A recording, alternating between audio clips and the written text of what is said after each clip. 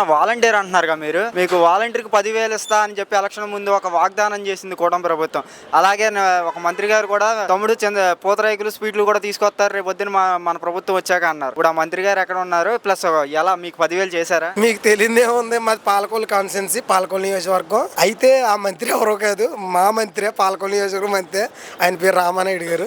మరి కూటమి ప్రభుత్వం అధికారంలోకి రాగానే మీ వాలంటీర్లు అందరికి 5,000 ఏమి సరిపోతాయి, మీకు 10,000 చేస్తాం, నీకు పర్మనెంట్ చేసేస్తాం, 10,000 చేసేస్తాం, మా ప్రభుత్వంలో కూడా మీ జాబ్స్ అనేవి కొనసాగిస్తామని చెప్పి మంత్రి గారు మాతో అనడం జరిగింది.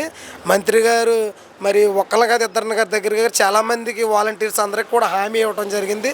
అలాగే లోకేష్ గారు, పవన్ కళ్యాణ్ గారు, చంద్రబాబు నాయుడు గారు కూడా మీడియా ముఖంగా కూడా వాలంటీర్స్ అందరికీ కూడా 10,000 జీతం పెరుగుతుందని చెప్పి హామీ ఇవ్వడం జరిగింది.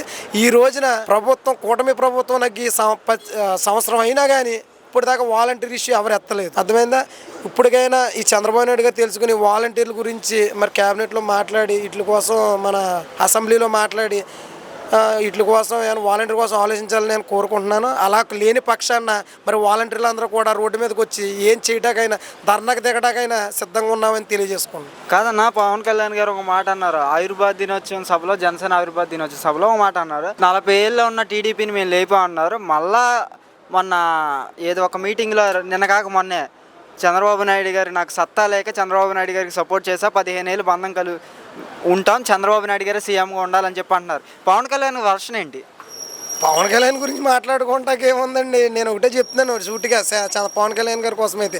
పవన్ కళ్యాణ్ గారే తిట్టేశారు చంద్రబాబు నాయుడు పార్టీని, చంద్రబాబు నాయుడు గారిని, లోకేష్ గారిని. నేను నా దగ్గర వీడియోస్ కూడా ఉన్నాయి. ఇంకా చెప్పాలంటే మీకు ఎట్టి పరిస్థితుల్లోనూ నేను తెలుగుదేశం పార్టీలోని విలీనం చేయను అని చెప్పి జనసేన పార్టీ అధినేత పవన్ కళ్యాణ్ గారు, నేను ఎట్టి పరిస్థితుల్లోనూ టీడీపీ పార్టీలోనూ నేను విలీనం చేయను జనసేన పార్టీనని ఆఖరి మినిట్లో నేను జనసేన టీడీపీతో ప్రయాణం చేస్తుంది, రెండు కలిపి వెళ్తాయని హామీ ఇవ్వడం జరిగింది. మరి అలా మాటలు నిలబెట్టుకోలేని హామీలు అన్ని ఇచ్చిన వాళ్ళ గురించి మీరు నన్ను అడగటం కరెక్ట్ కాదు.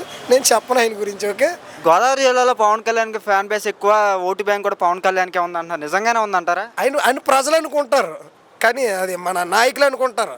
ఏమని గోదావరి జిల్లాలో అంతా పవన్ కళ్యాణ్కి, టీడీపీకి, వీళ్ళకి ఓటు బ్యాంక్ ఎక్కువ ఉందని. కానీ ప్రజల ఆలోచనలు, ప్రజల వెర్షన్, ప్రజల యాటిట్యూడ్ ఎవరికి తెలదు. ఇవన్నీ కూడా ఇప్పుడు 2029లో ఎలక్షన్ రాబోతుంది. ఆ రోజున ఎవరికి ఎలా బుద్ధి చెప్పాలనేది ప్రజల నిర్ణయం తీసుకుంటారు. దాన్ని బట్టి ఎలక్షన్ అనేది డిసైడ్ అవుద్ది. ఈసారి కంపల్సరీగా జగన్మోహన్ రెడ్డి గారు ముఖ్యమంత్రి అవుతున్నారు. దాంట్లో ఎటువంటి సందేహం లేదు. రాసి పెట్టుకోండి, కన్ఫర్మ్.